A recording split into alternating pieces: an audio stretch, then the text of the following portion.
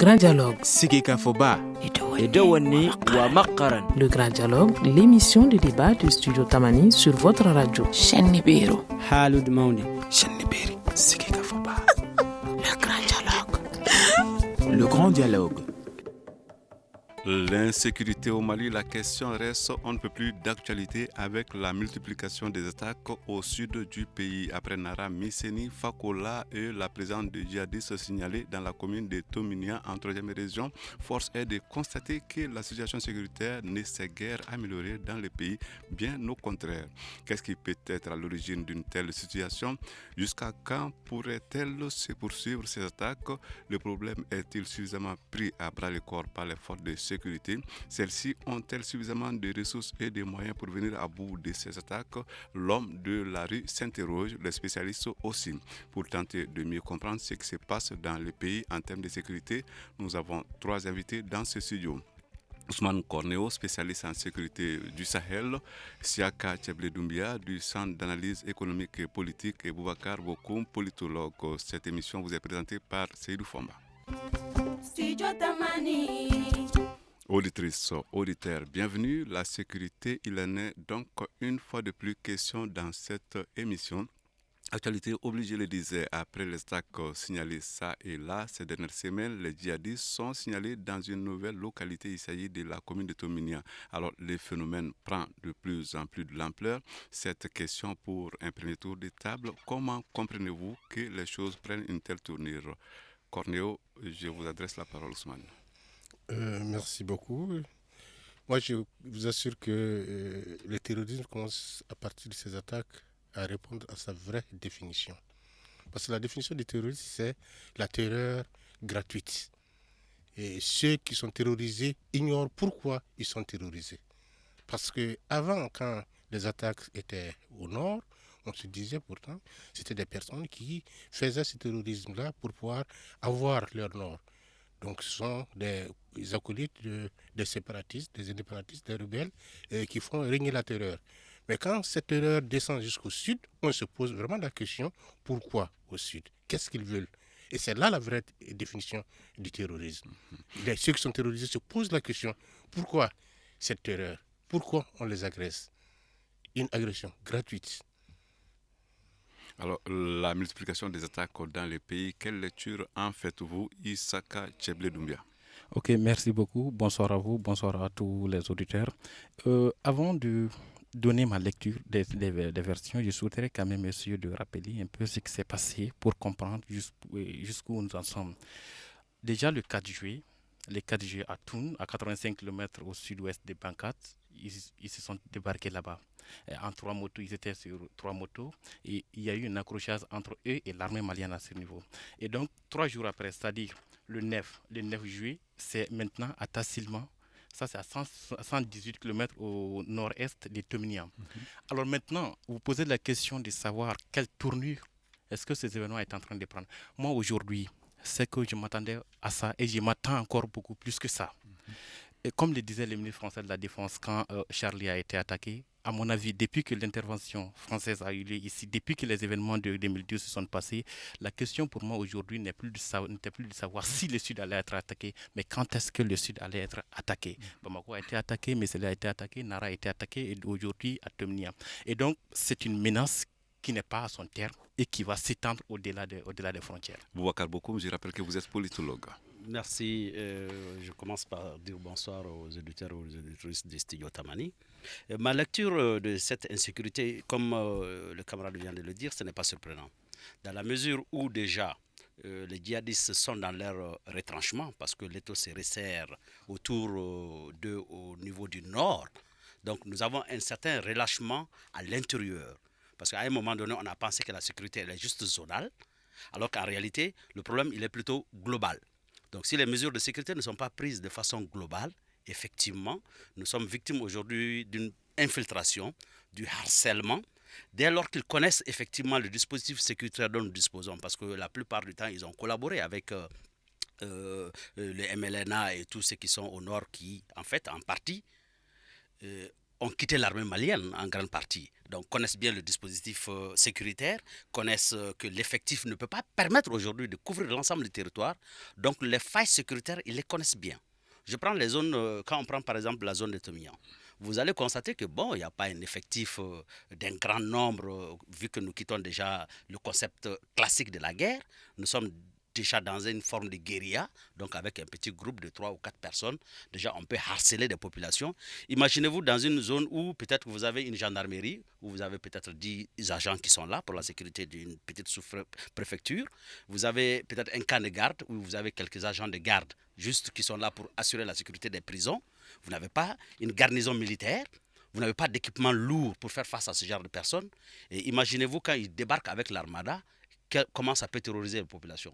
Donc je dis, et aujourd'hui, il est important que l'État malien prenne toute la mesure de cette insécurité récurrente qui est en train de progressivement gangréner l'ensemble du Mali. Alors, ces djihadistes sont déterminés à s'aimer la terreur un peu partout. Maintenant, à travers le pays, d'où viendraient-ils, Ousmane Kornew? C'est la question qu'on se pose et que tout le monde se pose. Mais la réponse vient quand même de quelques personnes qui ont été arrêtées. On y trouve un peu tous les groupes ethniques. Et c'est ça aussi le terrorisme. Parce qu'il faut se dire aussi que la jeunesse aujourd'hui au Mali est complètement désorientée. C'est un appât très facile. Elle n'a pas de repères, vous voulez dire? Oui, elle n'a pas très facile. Ce qui veut dire que ces gens-là, ils peuvent recruter dans tous les groupes ethniques, dans tous les groupes sociaux, pourvu qu'ils les appâtent et que ces gens soient complètement sensibles aux propositions. Qui fait qu'aujourd'hui, on ne peut pas dire que ce sont des Touaregs, ou que ce sont des Sanraï, ou que ils sont tous. Il y a des Bambara, il y a des Peuls, il y a un peu de tout. Mais ce que je veux dire quand même, qu'on a constaté que la plupart d'entre eux sont des jeunes. C'est la question, la plupart d'entre eux sont des jeunes. Ce qui veut dire qu'il y a une relation entre le désarroi de la jeunesse du Mali et ces groupes djihadistes. Alors, ces jeunes, on parvient à les avoir peu sur le terrain financier ou sur le terrain religieux? Oui, le terrain financier. Seulement, j'ai dit quand ils sont la jeunesse malienne au désarroi, ce n'est pas un problème religieux, c'est un problème financier. Aujourd'hui, il faut je vous ai expliqué une fois dans ce studio que lors d'une étude que je menais au Grand Nord, j'ai rencontré un jeune que j'essaie de convaincre de déposer les armes. Ce dernier m'a regardé longtemps et dit, vous, monsieur le consultant, vous vivez avec quoi? J'ai dit que je vis avec mon bic. Il dit, comment voulez-vous que vous vivez avec un bic et que moi je n'ai qu'une Kalachnikov et que mes parents meurent de faim? Ça veut dire qu'ils n'ont pas d'autre activité que d'utiliser le seul moyen qui les reste, c'est l'arme et puis la terreur. L'argument religieux, vous pensez qu'il ne peut pas être utilisé bon, aussi? Moi, je ne crois pas tellement aux motifs religieux.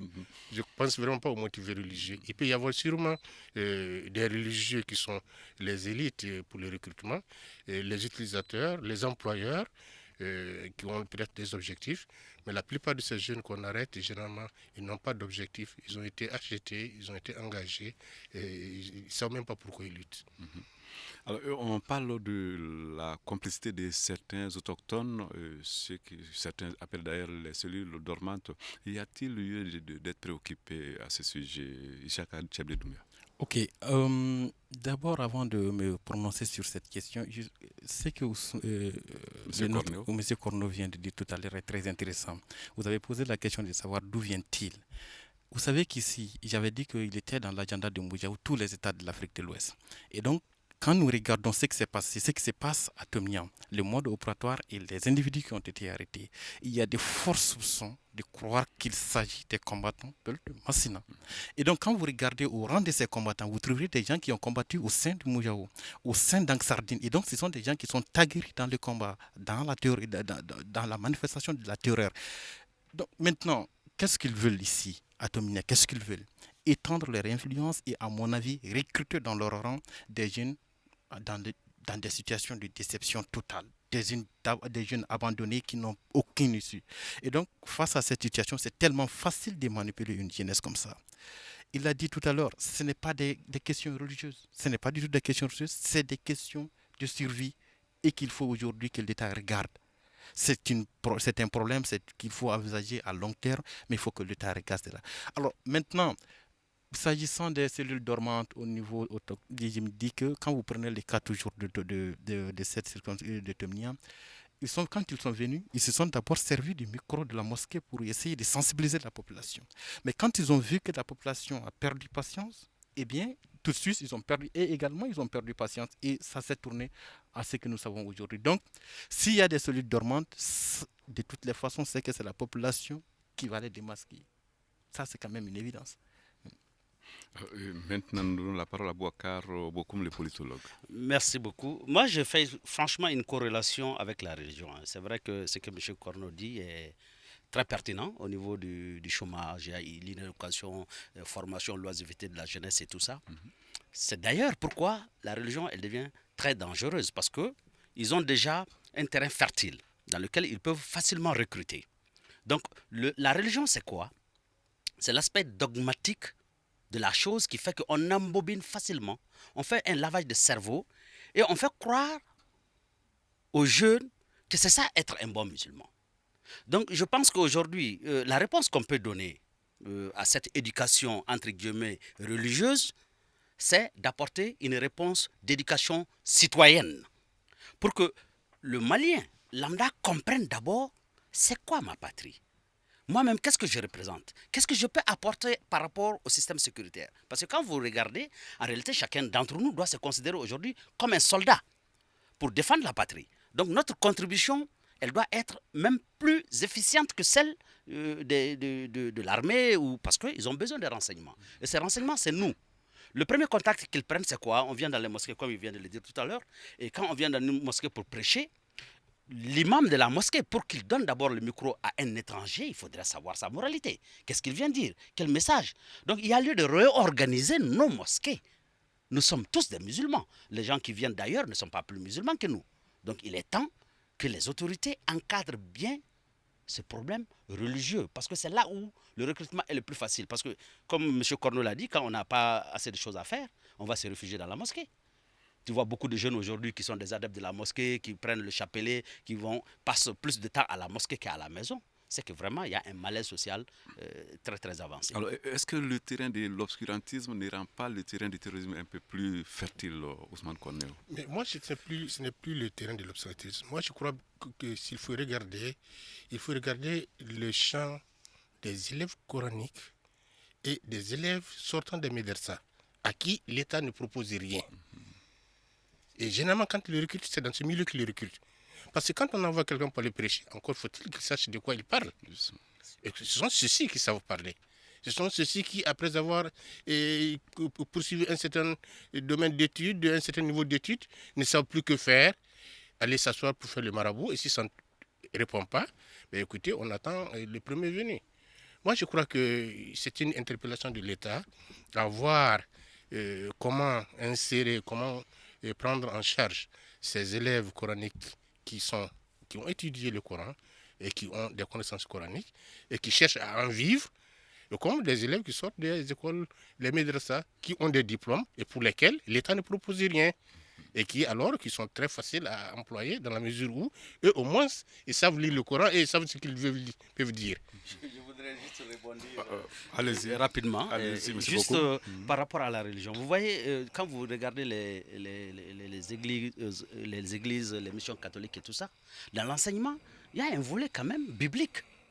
Mais pourquoi chez nous, on n'a pas un volet où on nous dit on vous enseigne le Saint-Coran?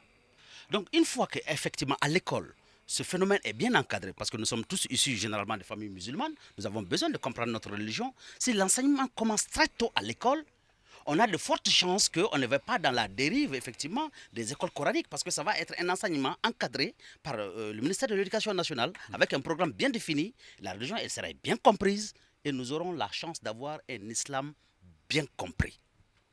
Voilà, Studio Tamani, 18h20, dans quelques secondes, une première pause. Vous écoutez Studio Tamani, votre avis nous intéresse. Écrivez vos commentaires et suggestions sur la page Facebook et dialoguez avec nous. Studio Tamani, c'est aussi les réseaux sociaux. Alors, nous étions donc en train de parler de cellules dormantes. On disait à ce sujet que la jeunesse, quand même, est une proie facile. Alors, vous, Ishaka Cheble Doumbia, du Centre d'analyse économique et politique, qu'est-ce que vous en pensez? Oui, je souhaiterais quand même encore essayer de rebondir dans le même sens que les précédents. Vous savez que parfois, des systèmes que nous avons nous-mêmes mis en place tournent parfois contre nous-mêmes. C'est un peu le cas. L'État est en train de se désengager de tous les secteurs vitaux de la vie d'une nation. Aujourd'hui, l'interprétation qu'on fait de la laïcité pose énormément de problèmes. La question de la laïcité dans nos États pose énormément de problèmes. Et ça pose d'autant plus de problèmes qu'aujourd'hui que c'est un système, un principe qui s'est retourné contre l'État lui-même. Vous dites que l'État, il doit avoir une séparation nette entre l'État, l'Église, entre l'État et la religion. Tout à fait d'accord. Mais quitte à aller dire que l'État ne doit même pas avoir un droit de regard sur les différentes fois qui animent cet état-là. Et donc, qu'est-ce qui se passe aujourd'hui? Les gens ne peuvent pas abandonner, ils ne peuvent pas renoncer à leur foi, ils pratiquent comme ils veulent, ils apprennent comme ils veulent, ils vont chercher à vivre comme ils veulent. Quitte à l'État maintenant d'encadrer comment s'effectue la vie dans cette communauté-là. Il a parlé des élèves coraniques. Maintenant, on fait le bac dans cette discipline, on part dans les universités, mais à la sortie, rien. Absolument rien. Et donc, il faut que l'État ait un droit de regard sur ce qui se passe là-bas. Non seulement encadrer, mais également faire des propositions concrètes parce que également, ce sont des citoyens comme tous les autres citoyens de la République. Alors, la pauvreté, les situations extrêmes donc peuvent favoriser ce genre de... C'est comme je l'ai dit tout à l'heure, quand il y a des situations de ce genre, c'est tellement facile de manipuler les gens au nom d'une certaine religion. C'est aussi facile que ça. Un autre aspect concernant concrètement la religion, mais est-ce que vous ne pensez pas qu'une religion, la religion, quand elle est mal expliquée et souvent même expliquée par des gens qui ne comprennent même pas la religion, est-ce qu'à la longue, ça ne peut pas poser problème? Ça peut poser problème et c'est ce problème dans lequel nous nous trouvons aujourd'hui et c'est pourquoi il faut que l'État intervienne dans ce secteur. Mais quelle doit être la limite de son intervention? C'est toute une question qu'il faut également qu'on se pose. Merci beaucoup.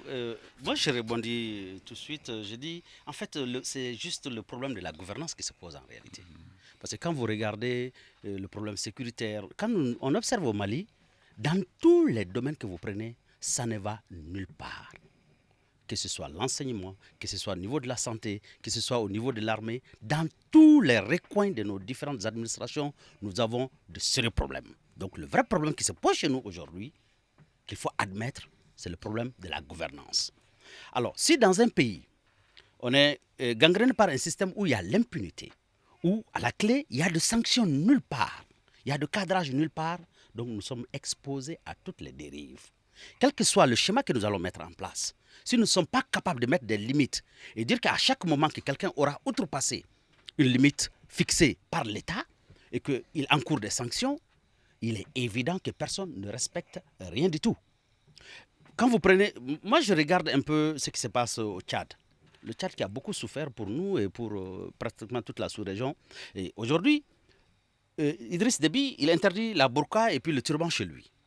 Les gens pensent qu'il est fou. Je dis, mais il faut qu'on interdise ça au Mali. Moi, souvent, je suis choqué quand je vois des gens qui portent des cagoules, parce que je n'appelle pas ça. En fait, est-ce qu'on a besoin de se masquer jusqu'à n'avoir que la petite visière des yeux pour dire qu'on est musulman? Non, il faut qu'on arrête. Que ce qui est strictement religieux soit compris. Maintenant, les dérives et les malices que les gens ont, qu'on mette les doigts dessus. Et si ça doit toucher aux problèmes sécuritaires, il faut qu'on sache effectivement où mettre les limites entre le comportement religieux et le comportement sécuritaire d'une nation. La sécurité, elle n'a pas de prix. Donc il est temps qu'on mette l'accent sur ces aspects que j'estime franchement choquants de mon point de vue. Avant de donner la parole à Ishaka Cheble Doumbia, je crois que nous allons demander aux spécialistes en sécurité du Sahel, Ousmane Korno, de réagir. Oui, moi je crois que ce qu'il faut constater, mon prédécesseur l'a dit, c'est l'explication de la laïcité. Et remarquez comment se comportent les soi-disant leaders religieux dans ce pays.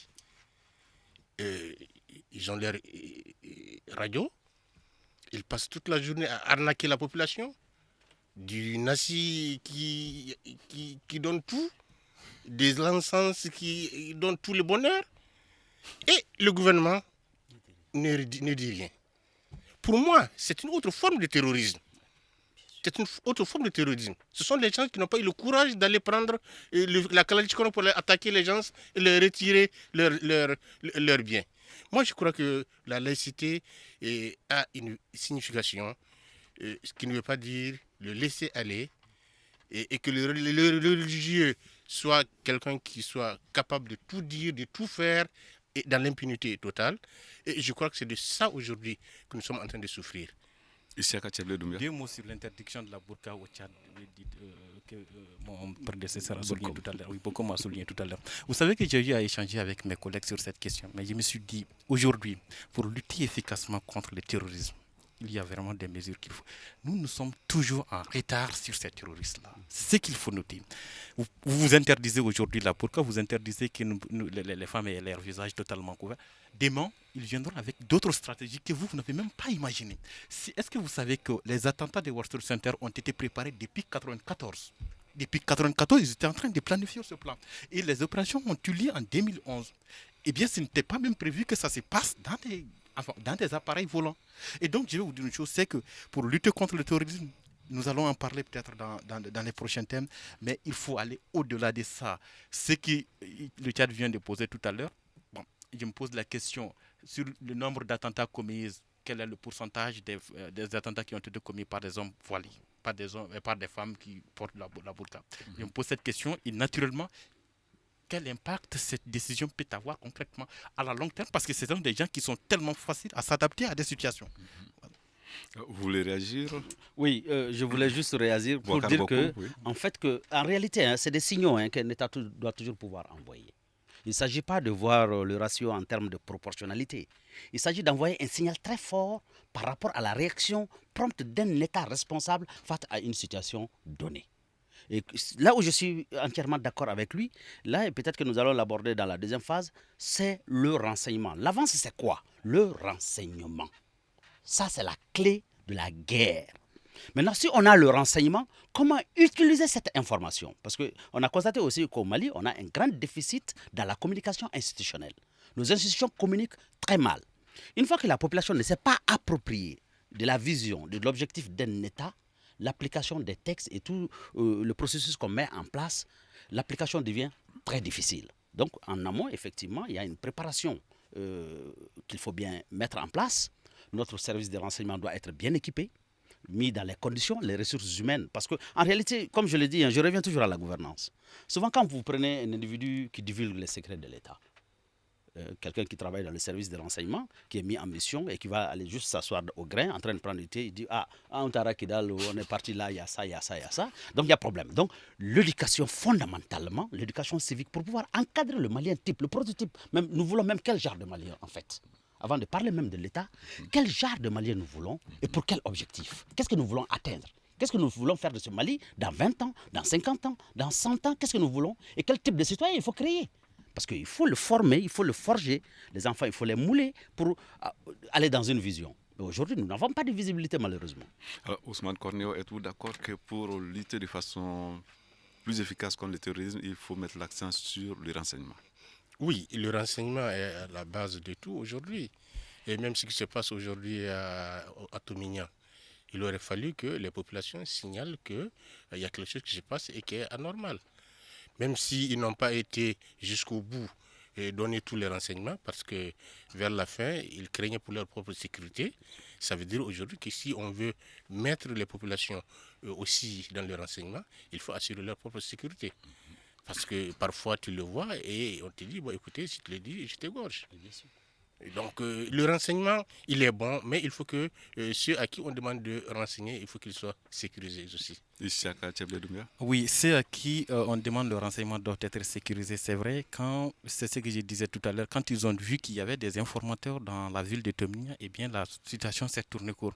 Mais avant d'arriver jusqu'à ce niveau, quand vous prenez les nations développées, ce sont des nations qui disposent des réseaux satellitaires les mieux développés qu'ils soient au monde. Ils contrôlent toutes les communications. Et donc les renseignements pour eux, c'est très facile. Vous venez au Maghreb, eh bien, leurs moyens, le pétrole fait que la présence même des militaires dans les différents coins fait déjà que c'est une sorte de renseignement. Mais ici au nord, qu'est-ce qui fait que la question qu'on se pose, comment un terroriste peut prendre en otage un étranger, il garde cet étranger pendant 2 ans, 3 ans. c'est parce qu'il parvient à contrôler cette population avec de l'argent. Avec de l'argent parfois qui est donné par les rançons.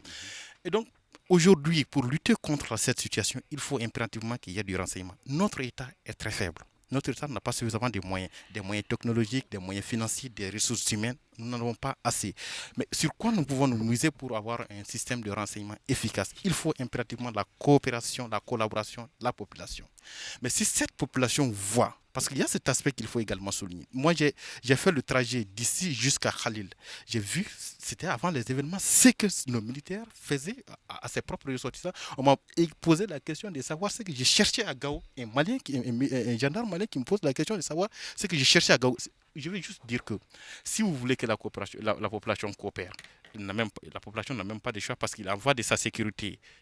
Donc, il n'a même pas. Mais si vous voulez qu'elle coopère efficacement, vous avez dit que nous avons besoin d'un autre Malien.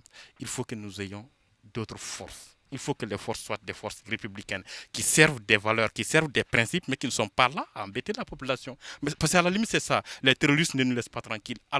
De ce coin-là également, les militaires ne nous laissent pas tranquilles parfois.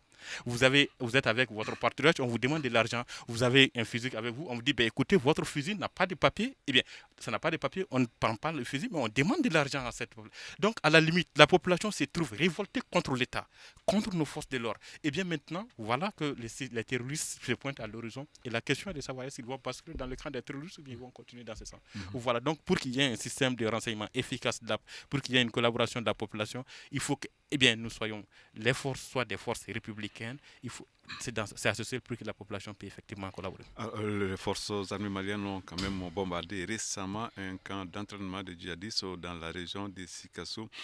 Est-il probable qu'il y ait d'autres découvertes du genre, Ousmane Cornéo? Oui, ce n'est pas le premier camp qu'on a découvert. On en a découvert à quelques kilomètres de Bamako, où il y avait 200 Kalachnikov avec d'autres armements. Ça veut dire qu'ils peuvent se trouver un peu partout. Et il faut être vigilant. Et revenant sur la question de renseignement, le vrai problème, c'est la réaction des autorités au renseignement. La plupart du temps, quand vous êtes même attaqué, harcelé, vous appelez les forces de l'ordre. Soit ils disent qu'ils n'ont pas de carburant, ou ils n'ont pas de moyens de déplacement, ou à vrai dire, ils n'ont pas de moyens de riposte. Ou parfois même, il y a un certain nombre de signaux qui se passent et que tout le monde sait qu'il y a quelque chose qui ne va pas. Avant la crise de 2011, tout le monde savait au nord qu'il y a quelque chose qui se préparait et qui n'allait pas. Et ces signaux-là, même le gouvernement était au courant, mais aucune mesure n'a été prise. Donc parfois les gens se disent, est-ce que c'est la peine de perdre son temps à renseigner, à signaler les choses anormales qu'on attaque? Pourquoi ne pas chercher à en profiter? Et tout ça, ça rejoint un peu la situation de pauvreté, de précarité des populations et les propositions que font ces rebelles et puis ces terroristes. Parce qu'en fait, ils ont tous les moyens aussi pour corrompre les informateurs. Tout à fait. Bouakar, beaucoup. Merci. Je voudrais juste rebondir sur ce que M. Cornet a dit. En fait, il y a le problème de l'anticipation. D'abord, quand vous dites que est-ce qu'on n'est pas prêt à découvrir, naturellement, aujourd'hui, le Mali est une cache d'armes. C'est une poudrière. On est assis sur une poudrière. Et nous, malheureusement, nous ne connaissons pas bien l'étendue de notre territoire. Nous ne maîtrisons pas. Même ceux qui sont les spécialistes, qui sont les militaires et tout ça, ils ne maîtrisent pas la totalité du territoire. Donc, effectivement, des armes sont cachées un peu partout. Pourquoi ? Parce que pendant très longtemps, l'État a été absent. On a laissé faire. Les 10 dernières années, il n'y avait pas d'État, il n'y avait pas d'armée. On a plutôt démilitarisé le Nord. On a tout dégarni. Donc, les djihadistes, les narcotrafiquants, ils ont eu tout le temps de s'implanter et de cacher leurs armes. Donc, effectivement, si nous n'avons pas une grande capacité d'anticipation, nous allons toujours être au dépourvu. Le problème aujourd'hui, ce n'est pas d'aller bombarder, mais c'était de les découvrir bien avant qu'on ait les moyens de les utiliser, parce qu'ils cachent les armes. Ils s'approchent de Bamako, ils s'approchent du centre, ils prennent les armes, ils attaquent et ils replient. Mais le problème, il est même plus grave, parce que même l'autre jour, je voyais que des gens ont été braqués en pleine ville de Bamako. Donc ça veut dire que le problème sécuritaire, il prend d'autres proportions. Je reviens toujours là-dessus, le problème de la gouvernance des hommes. Il y a des problèmes. Il faut que les gens qu'on recrute, par exemple, dans l'armée, ou bien qu'on recrute dans la police, moi, je m'en vais même dire qu'aujourd'hui, la police, quand vous observez bien la déliquescence de ce corps, est due au fait aujourd'hui, fondamentalement, au fait qu'on est même allé à la démilitarisation, parce qu'il n'y a aucun ordre, il n'y a aucune hiérarchie, chacun fait ce qu'il veut dans son petit coin. Vous appelez un policier, comme M. Corneau vient de le dire tout de suite, vous êtes agressé en pleine nuit, on te dit non, il n'y a pas de carburant, on n'a pas de véhicule. Vous allez pour la carte d'identité, on vous fait dormir, vous arrivez à 4h ou 5h du matin, et à 6h, on vous dit qu'il n'y a plus de carte d'identité parce qu'on a fini de livrer 5 ou 10 personnes. Donc il y a quand même un grand malaise, c'est une mafia qui est installée là. Il faut que l'État le démantèle d'abord en interne avant de parler des autres. 18h45, nous allons observer une courte pause avant de continuer ce débat. Une réaction, Un avis, un commentaire. réagissez sur la page Facebook de Studio Tamani et restez connectés avec nous.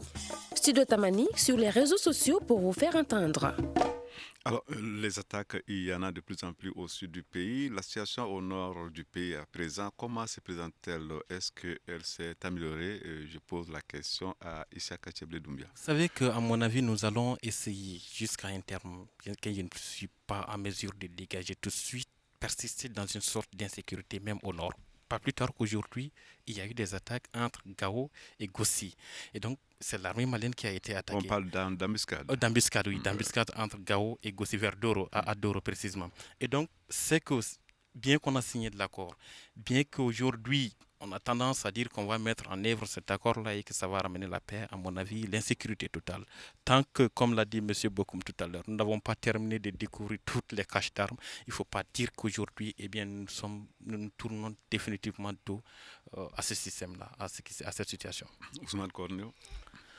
Oui, bon, il faut reconnaître qu'en fait, que au nord, il y avait deux types de terroristes. Il y avait les terroristes, les narcotrafiquants, qui pour eux, l'accord ne signifie rien.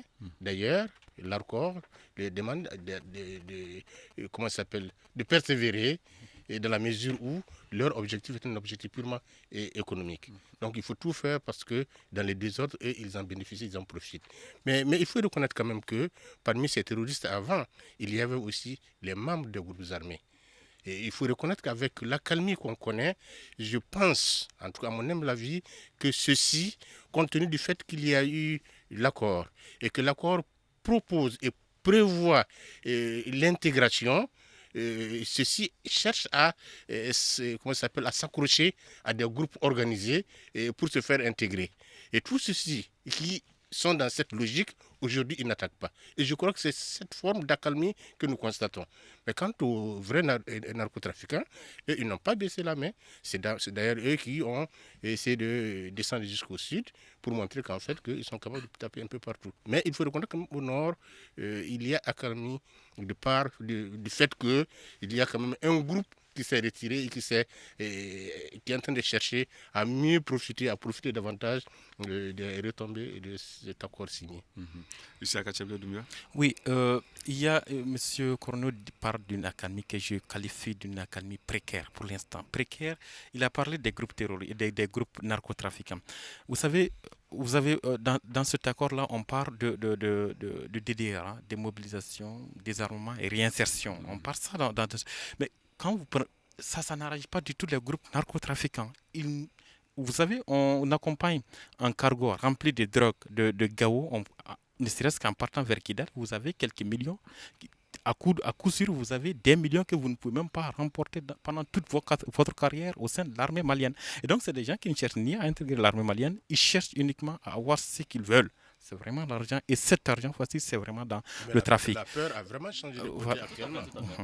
Non, moi, je voudrais juste dire que, franchement, j'avoue que, de mon point de vue, ça va beaucoup mieux. Parce que déjà, quand il y a l'accord, les gens, il ne faut pas que les gens rêvent quand même. Hein. On ne peut pas juste dire qu'on a signé un accord et puis voilà, tout va bien. Même aux États-Unis, on n'a pas la sécurité à 100%. Donc, faire le distinguo entre le problème qu'on connaissait et le banditisme, c'est des choses différentes. Ce qu'il vient d'évoquer tout de suite, ça, c'est du banditisme. Et l'État va continuer à faire éternellement face aux bandits. Ça, on ne va pas échapper. Mais il faut d'abord qu'au préalable, on puisse déjà recoller les morceaux et avoir un État viable. Une fois que nous avons un État viable, avec toutes ces composantes nationales à l'intérieur, effectivement, le problème de la gouvernance réelle va se poser. Et à partir de là, nous allons attaquer l'insécurité résiduel en termes de banditisme. Donc, c'est deux choses différentes. Moi, je pense que déjà que le MLNA ne parle plus de diviser le pays et tout ça, et qu'on reconnaisse déjà le président de la République en tant que tel, qu'on reconnaisse l'unicité du Mali, et tout ça déjà, c'est des garanties suffisantes, mais les petits problèmes, on va les gérer jusqu'à ce que voilà, tout le monde puisse avoir son compte voilà, pécunier ou ceux qui veulent avoir de la place dans la fonction publique et ainsi de suite. On fera du mieux qu'on pourra pour que voilà, il y ait une stabilité plus pérenne. Alors, la mort de Wadoussen, l'arrestation d'un proche d'Yadawa non loin de ça, une autre arrestation du côté de Baraouli. On peut quand même parler d'avancée dans la lutte contre le terrorisme, non, Ousmane Cornéo? Oui, moi j'ai toujours dit, que maintenant il ne reste plus qu'un seul bouc, c'est Yad. En fait, tous ceux qui faisaient terreur et faisaient peur aujourd'hui au Sahel, Mokhtar Ben Mokhtar, qui d'autres encore avant.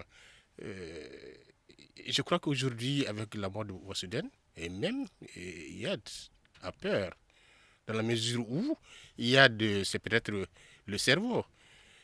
Si le HCA, qui est un groupe avec lequel il est plus ou moins proche, le MLA, et le MAA, et tout ceci s'engage dans le processus de l'accord et de la sécurisation totale du Nord, moi je crois qu'il se pose aujourd'hui de plus en plus de questions.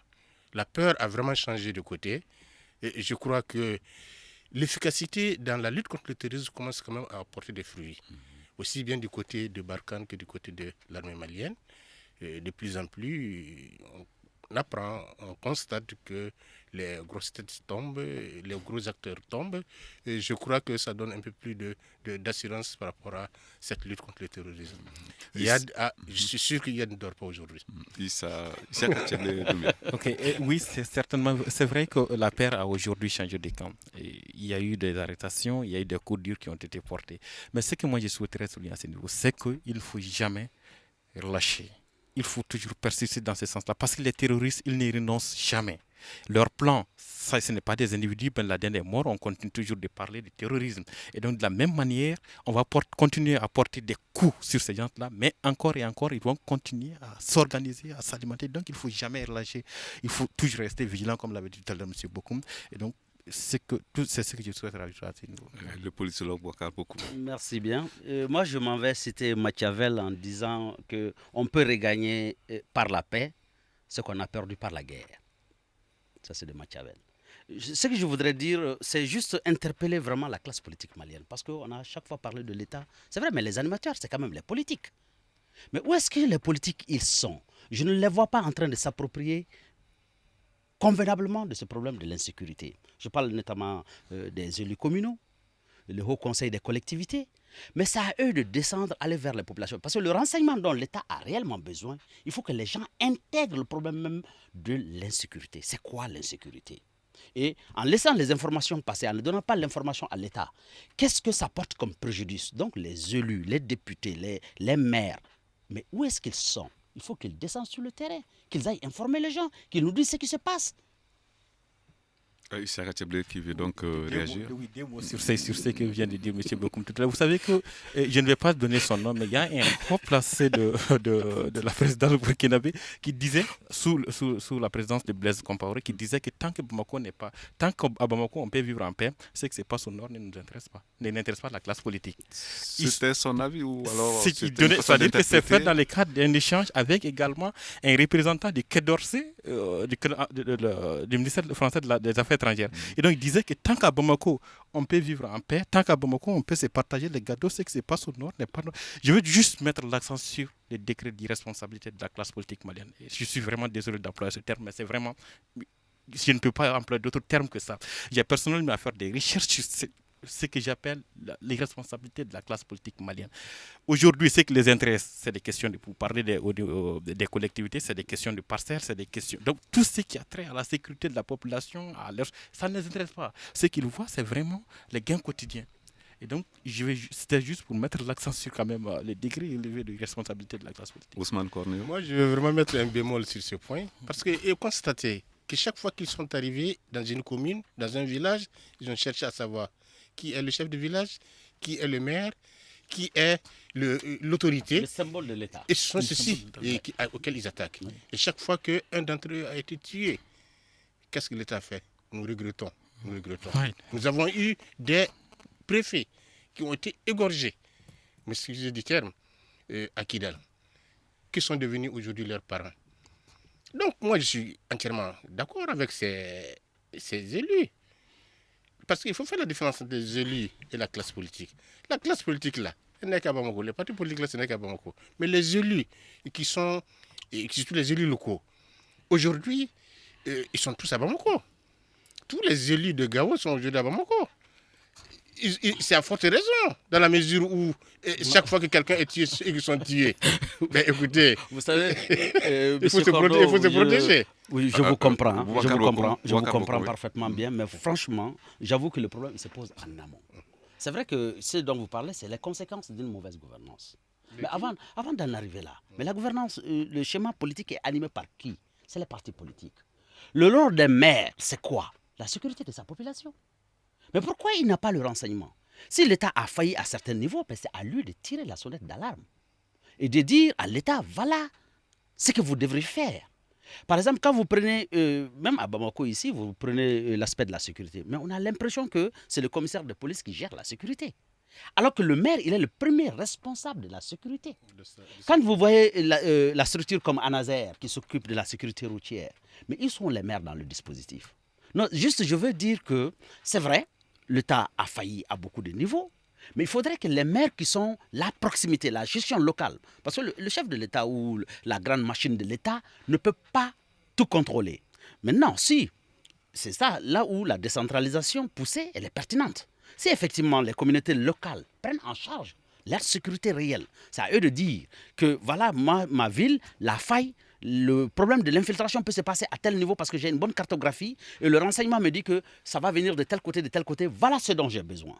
Avant même de faire appel à l'État, la communauté même localement peut dégager des moyens conséquents, ou même s'il faut organiser les gens en termes de groupes d'autodéfense ou tout ce que vous voulez en attendant que l'État n'arrive, quand même, on est alerte par rapport à quelque chose. Et on peut donner des informations fiables aux structures spécialisées. Mais en réalité, quand vous observez sur le terrain, on est absent. C'est vrai, les partis politiques sont... Sa sécurité n'est pas assurée. Oui, non, ce n'est pas seulement qu'à ce niveau, mais c'est à eux d'assurer leur sécurité. Non. Monsieur Corneau, vous savez... Hein, plutôt peut-être que les responsabilités sont partagées. Vous savez, par exemple, quand je prends une localité, par exemple, comme Diré, que je connais, vous arrivez, par exemple, dans une localité comme Diré, vous n'avez pas un camp militaire. Mais quand des djihadistes débarquent avec une pick-up ou deux pick-up, chargé d'une 12-7 avec trop de balles. Sur cet aspect, alors, on va faire un dernier tour de table en 2 mots. le temps il reste. Allez-y. D'accord, c'est pour dire juste que la population va paniquer, mais la riposte, elle n'est pas là. Mais s'il y a de l'information en amont, c'est d'informer la structure sécuritaire en amont que voilà, il y a telle chose qui se passe et voilà les dispositifs qu'il faut prendre. Mais si les élus locaux eux-mêmes savent, parce qu'en réalité entre nous on se connaît, hein, le maire de la localité sait qui est IAD, qui est la ramification d'IAD, qui vient prier à la mosquée, toutes les informations ils l'ont, mais ils n'ont pas le courage suffisant pour le dire. Maintenant, il faut qu'ils aillent à ça. Ousmane Cornéo? Oui, moi je crois que ceux à qui on demande d'assurer notre sécurité, il faut qu'on leur donne les moyens d'assurer leur propre sécurité avant d'en assurer pour les autres. Juste pour essayer quand même d'adresser une mention spéciale au maire de Gao, M. Diallo, qui quand même pendant les événements a montré quelle était vraiment sa responsabilité face à cette situation. Et donc c'est justement ça qu'on interpelle toutes les autorités. C'est ça qu'on attend de tous les maires. Alors nous sommes donc au terme de ce débat. Nous promettons que vous les spécialistes et nous les observateurs, nous allons quand même voir comment les choses vont évoluer et c'est sûr que nous allons nous retrouver une nouvelle fois prochainement dans ce studio pour revenir sur ce thème. C'est donc tout pour votre émission Les Grands Dialogues de ce mardi 21 juillet 2015. Le sujet c'était la situation sécuritaire au Mali. Pour en parler, nous avons reçu Ousmane Cornéo, spécialiste en sécurité au Sahel, Siaka Tcheble Doumbia du Centre d'analyse économique et politique et Boubacar Bokoum, politologue. L'émission vous a été présentée par Seydou Fomba, réalisation Ousmane Djadje Touré, mise en onde mise en onde, nous dirait, à la régie vidéo, c'est bien Salim Douara. Alors, merci de nous avoir suivis. On se retrouve demain pour un autre sujet.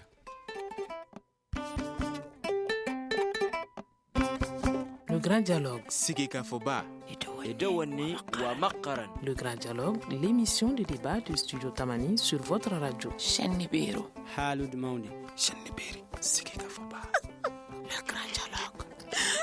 Le grand dialogue.